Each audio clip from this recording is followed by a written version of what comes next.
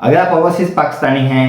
और आप अपने फॉरेन अकाउंट से पाकिस्तानी बैंक अकाउंट के अंदर पैसे ट्रांसफ़र करते हैं तो याद रखें आपको दो तरह के सर्टिफिकेट मेंटेन करने हैं। वो दो कौन से सर्टिफिकेट हैं, किस तरह के सर्टिफिकेट हैं, क्या हमने वो मंथली बेस पे लेने हैं या एनुअल बेस पे लेने हैं, कानून इसके बारे में क्या कहता है, आज के छोटे से टॉपिक में हम ये डिस्कस करेंगे। बिस्मिल्लाहिर्रहमानिर्रहीम, अस्सलाम वालेकुम। आपको अपने channel A to Z tax consultant पे वेलकम करता हूँ। नाज़रीन, मैं हूँ आसिफ नदीम और आप देख रहे हैं मेरा यूट्यूब चैनल और फेसबुक पेज। जैसा कि मैंने आपको बताया है कि आज का जो हमारा टॉपिक है वो है ओवरसीज़ पाकिस्तानी के हवाले से। लास्ट हम एक लेक्चर के अंदर डिस्कस कर चुके हैं कि ओवरसीज़ पाकिस्तानी जब बाहर से अपने रेमिटेंस भेजेंगे या पैसे भेजेंगे, किस तरह से वो पैसे भेजेंगे, कौन कौन से कंडीशंस हैं जिनको फॉलो करके तो अगर पैसे भेजेंगे तो उनके जो है यहाँ पे किसी किस्म का कोई टैक्स नहीं उनको लगेगा, ना ही किसी किस्म का उनको कोई नोटिस आएगा, ना FBI से, ना FIA से, ना किसी और अदारे से,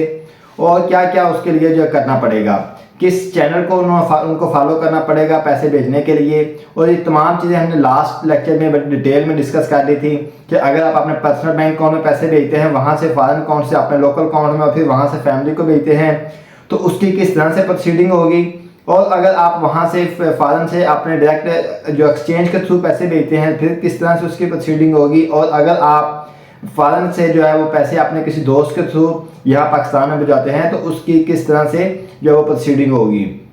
तो आज जो हमारा डिस्कशन का टॉपिक है ये सिर्फ इस हवाले से है कि अगर आप अपने किसी भी बाहर से किसी भी फॉरेन अकाउंट से आप पैसे ट्रांसफ़र करते हैं अपने पाकिस्तानी अकाउंट में, यानी कि ओवरसीज़ पाकिस्तानी जो वो अपने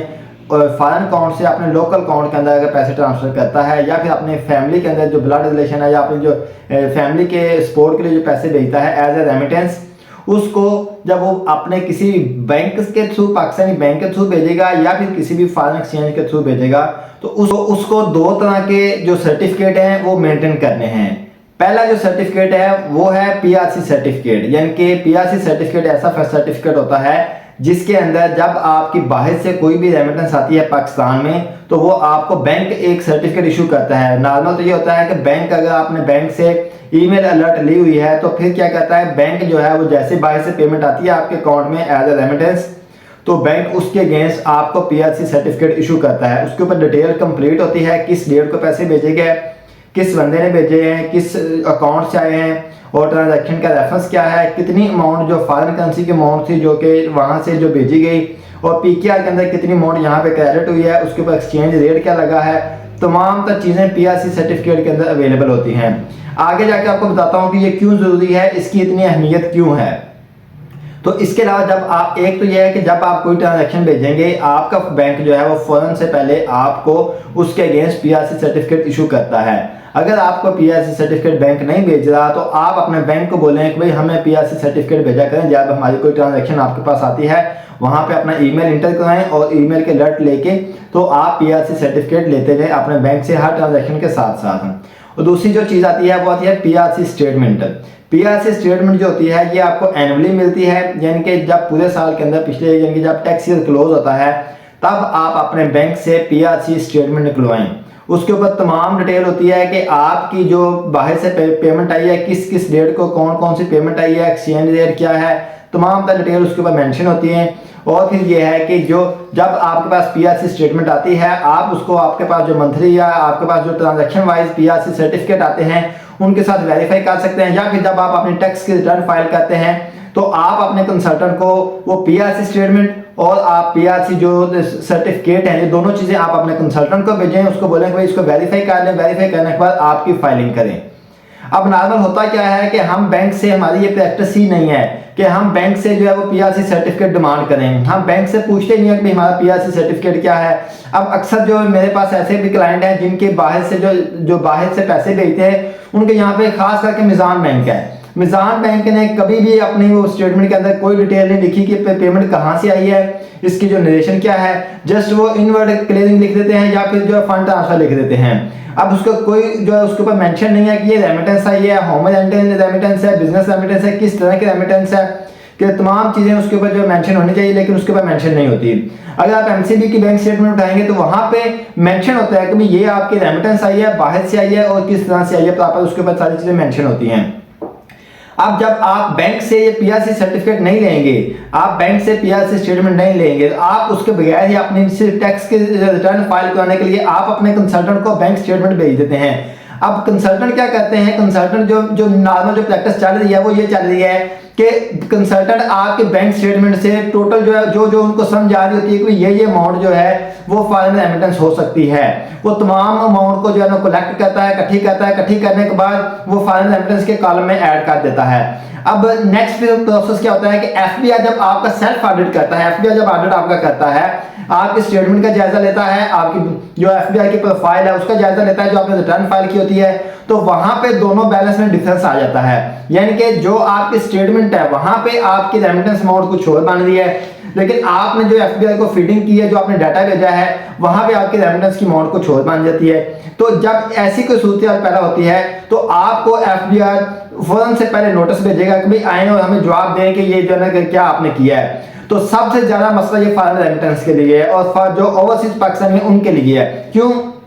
क्योंकि ओवरसीज पाकिस्तानी जो हैं वो बेचारे बाहर बैठे हुए हैं, उनको नहीं पता कि यहाँ पे क्या मामला चल रहे हैं। अब एफबीआई का नोटिस आ गया, अब वो परेशान हो जाएंगे कि भाई अब इसके ऊपर हम क्या करें, ये तो जो है बड़ा मसला हो गया है। अब हम यहाँ पे बैठे हैं, ये वहां पे जो एफबीआई ने जो पाकिस्तान में जो है ना वो नोटिस भेज दिया है। अब आप फिर उसके लिए अपना वकील हायर करेंगे, अपना कंसल्टेंट हायर करेंगे, उसको जो आप डबल ट्रिपल फिर से फीस देंगे। तो इसलिए इन तमाम चीजों से बचने के लिए मैं आपको बार बार बता रहा हूँ कि अब एफबीआई जो पाकिस्तान का जो कानून है, एफबीआई इनकम टैक्स ऑर्डिनेंस है, उसके जो सेक्शन है, जहां पे कंडीशन लगाई जा सकती थी, जहां पे कंडीशन लगाई जा सकती हैं, उन तमाम चीजों को फॉलो किया जा रहा है, उन तमाम कंडीशन को अप्लाई किया जा रहा है। और मजीद जो कानून है, जो क्योंकि यहाँ पे पाकिस्तान में टैक्स की चोरी बहुत है, तो इन तमाम चीजों को बचाने के लिए, इन तमाम चीजों को कंट्रोल करने के लिए एफबीआई जो है अब मेरे ख्याल से डेली बेस पे नोटिस भी इशू किए जा रहे हैं और फिर आपके सेल्फ ऑडिट भी किया जा रहा है, ताकि तमाम तर चीजों को परफेक्ट जो है ना वो जांचा जाए, परफेक्टली जो देखा जाए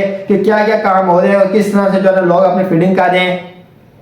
तो इसलिए मैंने आपको यह बताया है कि अगर आप ये चाहते हैं कि आपका बैंक अकाउंट महफूज रहे, आपकी एफबीआई की प्रोफाइल किसी नोटिस से बची रहे, किसी भी किस्म के मसले से आपको बचाया जा सके, तो आपके लिए लाजमी है कि आप अपना जब भी बैंक से पैसे भेजें बाहर से अपने बैंक अकाउंट में, तो आप अपने बैंक से पीआरसी सर्टिफिकेट लाजमी डिमांड करें। दो चीजें मैंने आपको बताई हैं, एक पीआरसी सर्टिफिकेट है और दूसरा पीआरसी स्टेटमेंट है। जो पीआरसी सर्टिफिकेट है ये आपने उस वक्त लेना है जब आपने वहां से पैसे भेजने हैं। अब नॉर्मल होता क्या है कि जब आप पैसे भेजते हैं, यहाँ पे जो बैंक का नुमाइंदा है, बात का ऐसे ही माशाल्लाह डाटा एंट्री ऑपरेटर बैठे होते हैं कि उनको समझ नहीं आती, वो जैसे उनका दिल करता है वैसे जनाब वो जो है ना ट्रांजैक्शन को बुक कर देते हैं। जैसा कि मैंने आपको अभी बताया है कि मिजान बैंक की इस हवाले से सबसे जो है ना वो गंदी और जो घटिया हरकत है। मिजान बैंक ने कभी भी अपने स्टेटमेंट के ऊपर मेंशन नहीं किया कि ये इनकी रेमिटेंस है, ये क्या चीज़ है। मेरे पास जितने भी इस दफा क्लाइंट आए हैं जो कि फॉरेन रेमिटेंस के जो भेजते हैं पैसे, जो ओवरसीज पाकिस्तानी हैं, उनके यहाँ पे जब आई है मेरे पास पेमेंट, तो उनकी ट्रांजैक्शन में अक्सर मेरे पास मिजान बैंक की स्टेटमेंट आई है। तो मिजान बैंक में जो फॉरेन रेमिटेंस है उसको कैलकुलेट करना सबसे मुश्किल तीन काम है। तो अगर आपके पास पीआरसी सर्टिफिकेट होगा तो उसके साथ आपकी बैंक स्टेटमेंट को मैच किया जाएगा, आपकी पीआरसी स्टेटमेंट को मैच किया जाएगा, और फिर जो एक कॉम्पिटेंट कंसल्टेंट है वो इन तमाम चीज़ों को देखते हुए, इन तमाम चीज़ों को जांचते हुए आपके रिटर्न फाइल करेगा।